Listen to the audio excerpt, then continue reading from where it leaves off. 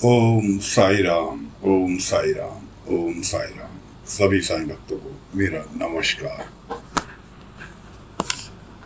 साथियों, कथा प्रारंभ करते हैं। पूरे गांव वाले परेशान स्वर्णाबाई से। हर कोई इस उसमें है कि स्वर्णाबाई उसे पसंद करती है। हर कोई उसकी एक झलक पाने के लिए बेताब।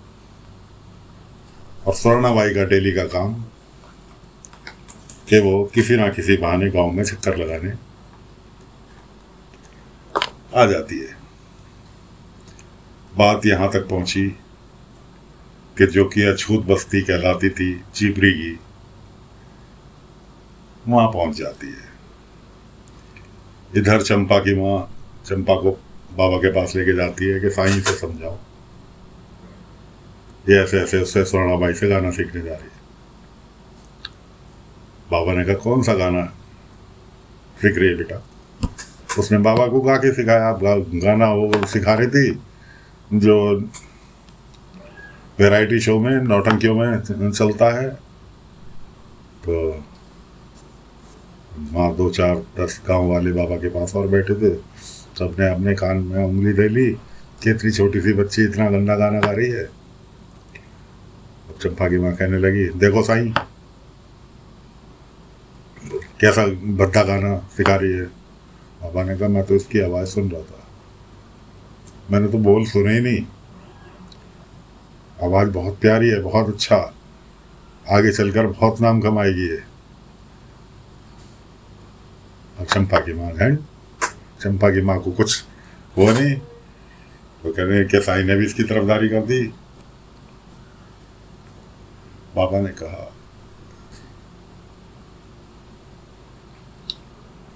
कि गुनाह संगीत नहीं है,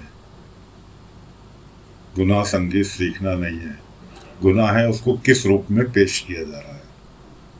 खैर, इसे लेकर जाओ। अब बात आती है अध्यापक जी के पास। अध्यापक जी से चर्चा होती है कि जी संगीत की देवी सरस्वती। अध्यापक जी पाठ पढ़ा रहे हैं, तुरंत जिबरी बोलती है, अध्यापक जी अगर संगीत की देवी सरस्वती है तो तमाशे में भी तो वो सरस्वती जी उनके पास होंगी जो गाना वो सिखा रही है। इतने में बाबा बीच में प्रतिवाद करते हैं, बच्चों को समझाते हैं, क्योंकि आमने सामने तो था ही, बाबा के पास तक उनकी आवाज़ पहुंच जाती थी। और बाबा के पास तो 100 किलोमीटर दूर, 1000 किलोमीटर दूर की आवाज़ पहुंच जाती थी।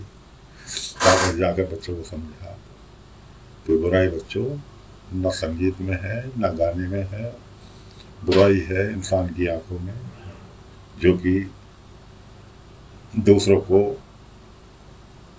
गलत निगाहों से देखता है।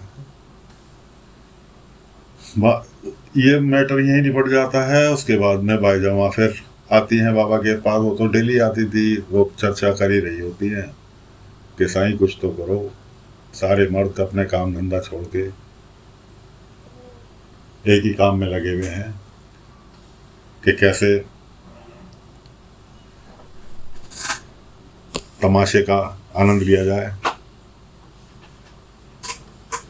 कैसे स्वर्णाबाई की एक झलक पा ली जाए। बाबा ने कहा ये चैलेंज है बाईजामा, सबरी रखो। स्वर्णाबाई के लिए भी चैलेंज है, मेरे लिए भी चैलेंज है, इसलिए सबरी रखो, जो होगा अच्छा होगा। अल्लाह मालिक एक ही उनका रटा रखाया, राम जी भला करेंगे या फिर अल्लाह मालिक, इस तरह के शब्द थे बात को ख़त्म करने के लिए। तो इतने में स्वर्णाबाई ने द्वारका माई में कदम रखा कि क्या मैं अंदर आ सकती हूँ या यहाँ पर भी मेरे आने का प्रतिबंध है। जैसे कि गांव की औरतों ने प्रतिबंध लगा रखा है कि मैं अछूत हूँ, मैं गलत काम करती हूँ, क्या अंदर आ सकती हूँ। बाबा ने कहा, आओ बहन, तुम्हारा द्वारका माई में स्वागत है। स्वर्णा माई कहने लगी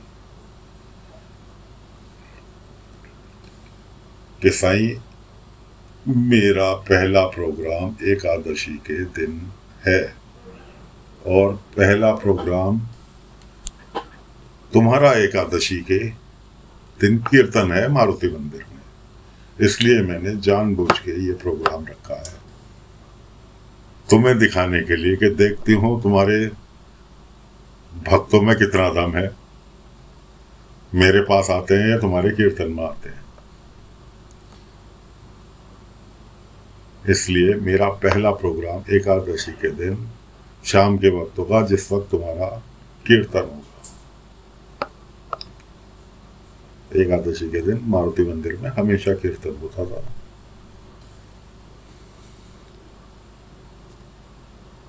तो मैं देखती हूँ कि मेरे रूप को देखने आते हैं या तुम्हारे पास भक्ति करने आते हैं गांव वाले। चैलेंज करके बाबा को निकल गई। उसके बाद में उसने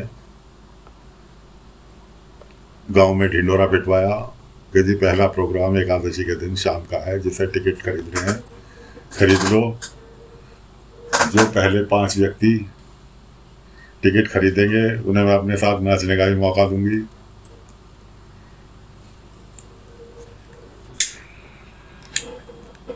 गांव वाले तो इतने बहुत बढ़िया होते हैं कि आज की वो उस टाइम नहीं, आज भी गांव वालों का ये हिसाब है मन बुद्धि, जिसने जैसे कह दिया वैसे उसके पीछे पीछे बोलिए।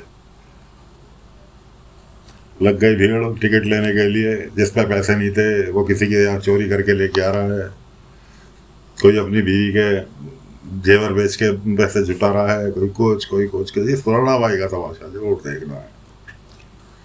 उधर बाईजामा पहुंचती है समझाने के लिए, व्यर्थ। बाईजामा भी अपना निराश होकर वापस लौट आती है।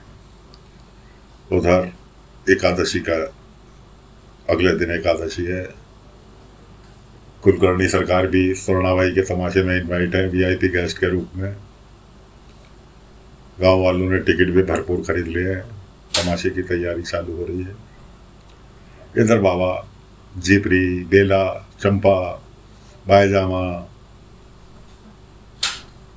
सभी लोग मारुति मंदिर में कीर्तन की तैयारी में लगे हैं। कोई आता हो आओ, नहीं आता हो मत आओ। बाबा ने कहा कीर्तन तो होगा। बाबा ने जीपरी बार बार बाबा को कुरेदती रहती है, तो इसलिए बाबा उसका जवाब देते रहते हैं कि कीर्तन तो होगा, भले ही कोई ना आए जीपरी, कोई ना आए लक्ष्मी, यहाँ पे तुम और मैं मिलकर कीर्तन करेंगे, इसलिए कीर्तन तो होगा, अपने टाइम से होगा। जीपरी की भी समझ में आ गया, हाँ जी साईं ने कहा है तो बिल्कुल होगा।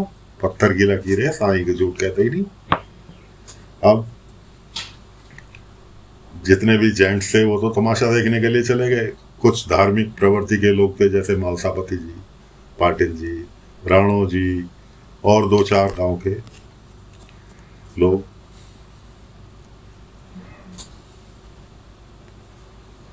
उनका कीर्तन में आना निश्चित था। अब बाबा ने जीपरी से कह के एक चौकी स्पेशली मंदिर के बीच में बिछवाई कि इसको यहाँ बीच में, कि साईं इस पे कौन बैठेगा। बाबा ने कहा जो राम का सबसे परम भक्त है वो इस पे विराजमान होगा। अब उसने गले पड़ने लगी। बाबा ने कहा इस पे स्वयं हनुमान जी बैठेंगे तुम लोगों के बीच में। जीपरी की समझ में आ गया। अब गांव वाले आए, पूजा कीर्तन का समय हो रहा था। जो औरतें बची हुई थी गांव की, तमाशा देखने नहीं जा सकती थी, उन्हें तो कीर्तन में आना ही था। उधर कुलकर्णी की बीवी भी प्रार्थना कर रही है कि साईं किस दिन ऐसा दिन आएगा जिस दिन मैं आपके कीर्तन में शामिल हो पाऊंगी। तो गांव वालों का आना चालू हुआ। अब जैसे मंदिर में बैठने के लिए दरी वरी बिछाते हैं, तो बिछानी चालू की। राणो जी उसे चौकी को हटाने चले। जिब्री ने कहा नहीं राणो जी, इसको मत हटाना,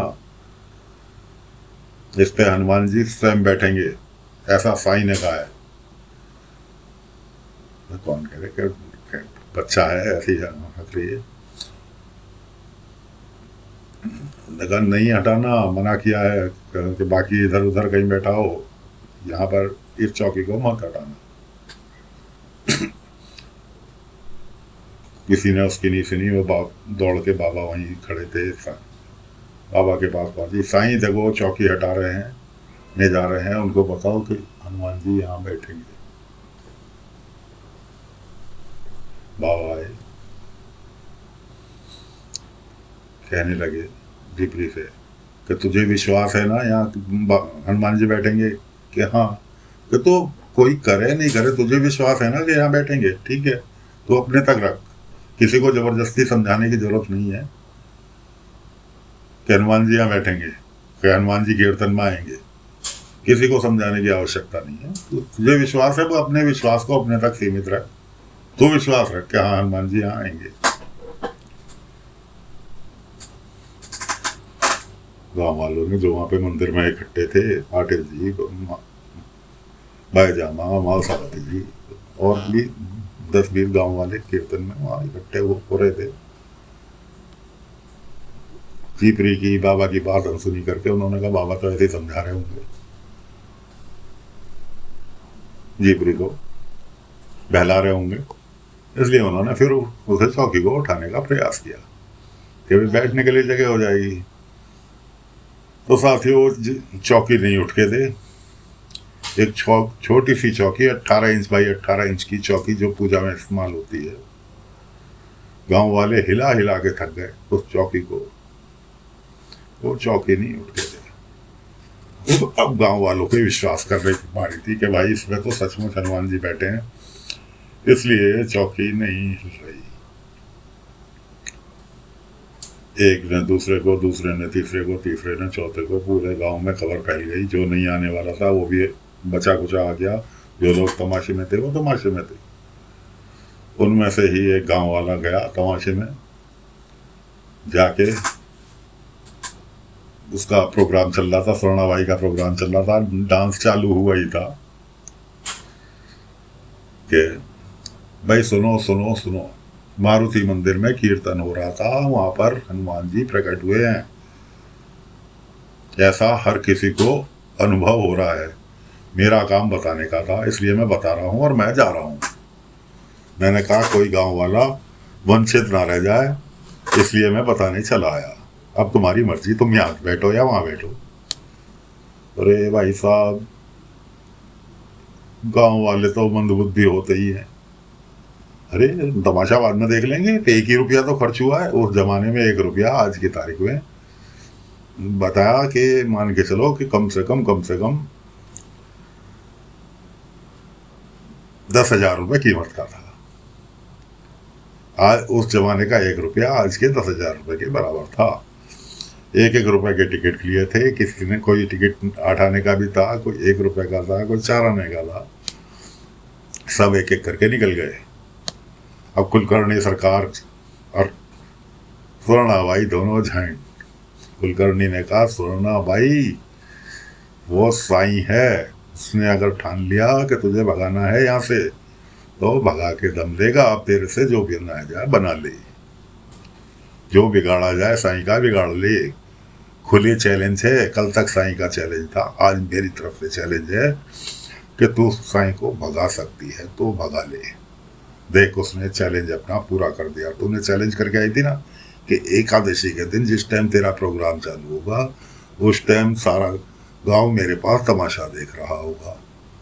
देख उसने चैलेंज तेरा कैसे काटा, कैसे तेरा चैलेंज को पानी में डाल दिया। भाग गया, तेरे तमाशे में से आने के बावजूद पूरा गांव भाग गया उसके पास।